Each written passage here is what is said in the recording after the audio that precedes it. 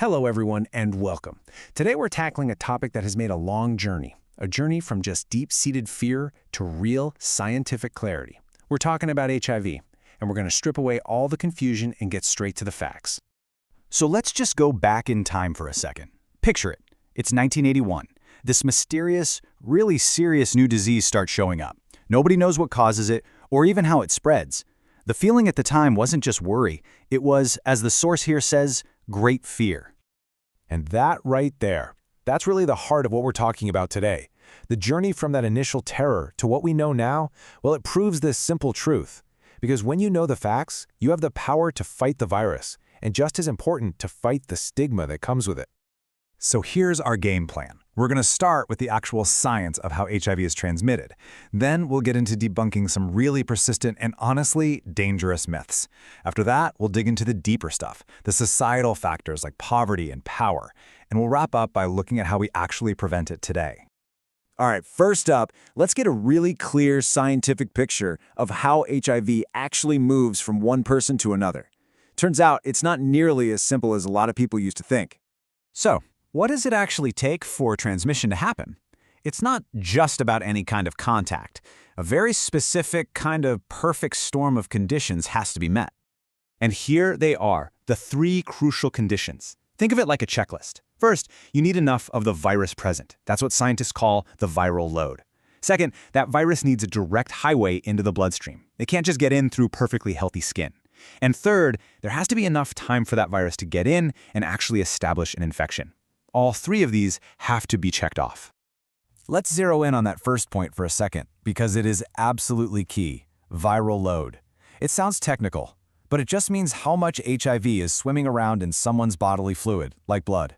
So the more virus there is, the higher the viral load, the higher the risk of transmission. It's a really fundamental idea.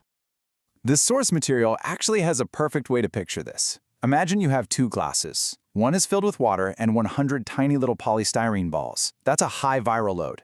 The other glass has water and only 20 balls. That's a low viral load. Now, if you accidentally knock both glasses over, which one is more likely to spill a few of those balls out? The one with 100, right? It's just a simple numbers game. More virus means more chances for transmission. Okay, now that we've got the basic science down, we can use that knowledge to start tearing down some of the most common and harmful myths out there about HIV. Let's tackle the big one first: casual contact. We're talking shaking hands, hugging, touching a doorknob someone else touched. The reality is, HIV is a pretty fragile virus. It just can't survive for long out in the open air, and there is absolutely no way it can get through healthy, unbroken skin. And what about that mosquito myth that just won't go away? Well, the science on this is crystal clear. It's impossible. See, when a mosquito bites you, it's injecting its saliva, not blood from the last person it bit. On top of that, HIV gets completely destroyed inside a mosquito's stomach. It just can't survive in there, let alone multiply like something like malaria can. The main thing to remember here is that HIV is not lurking in the environment. Sharing food, using a public toilet, swimming in a pool, none of these pose a risk. The virus gets destroyed really quickly by things like air, the chlorine in a pool, or even the acid in your own stomach. But, some myths are more than just a misunderstanding. They're not just wrong, they're actively dangerous. They lead to devastating real-world consequences, fueling violence and just unimaginable suffering. This quote, it's just horrifying, because it shows that danger in the most brutal way. It's from a young girl talking about this myth that having sex with a virgin can actually cure AIDS. Think about that. It's a belief that directly leads to the rape of children. It makes innocence a target. This is exactly why fighting misinformation isn't just about being right, it's about saving lives. And that brings us to a much deeper question. We've talked about how the virus spreads, but to really get a grip on the epidemic, we have to ask why. Why are some groups of people so much more vulnerable? And that's where we find this intersection of poverty, power, and risk. It is so important to get this distinction right. The one and only cause of AIDS is the HIV virus. Full stop. But things like poverty, a lack of education, or gender inequality, these are incredibly powerful contributing factors. They don't cause the disease, but they create the perfect environment for it to spread like wildfire. So, to make this feel a little less abstract, the source material introduces us to a case study. We'll call her Maria. And her story, it's not about one single bad choice. It's about a life where, from the very beginning, all her choices were limited by things totally outside of her control. Just look at this chain of events, this downward spiral. She was taught from day one that as a woman, she was inferior. She runs away from an abusive situation, only to face such extreme poverty that sex work becomes her only way to survive. She starts using alcohol to cope, which clouds her judgment. She gets other STIs, which physically make her body more susceptible to HIV. And through all of this, she has zero access to doctors, to clinics, or even just the basic knowledge to protect herself. And Maria's story isn't just a story. It's a reality you can see in the hard data. This chart from a 2012 survey in South Africa it's just staggering. For young people ages 15 to 24, the HIV rate for young women was 11.4%. Now, for young men in the exact same age group, just 2.9%. That is a massive gap.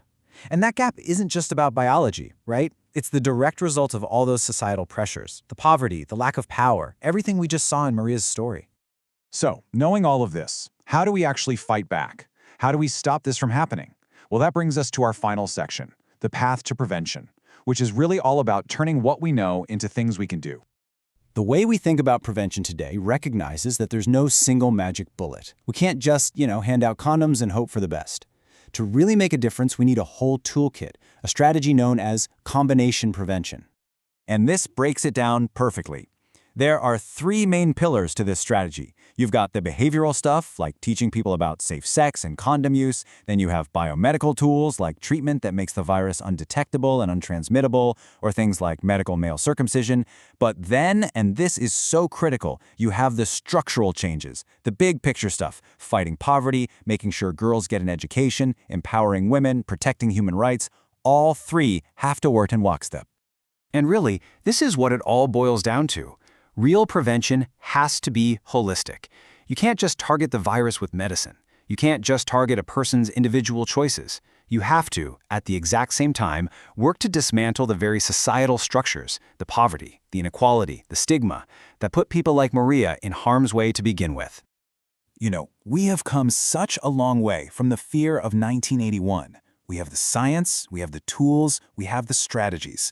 The biggest challenge left isn't really a medical one, it's a social one. We have the knowledge, so the real question for all of us is how do we build a world where every single person has the power to actually use it?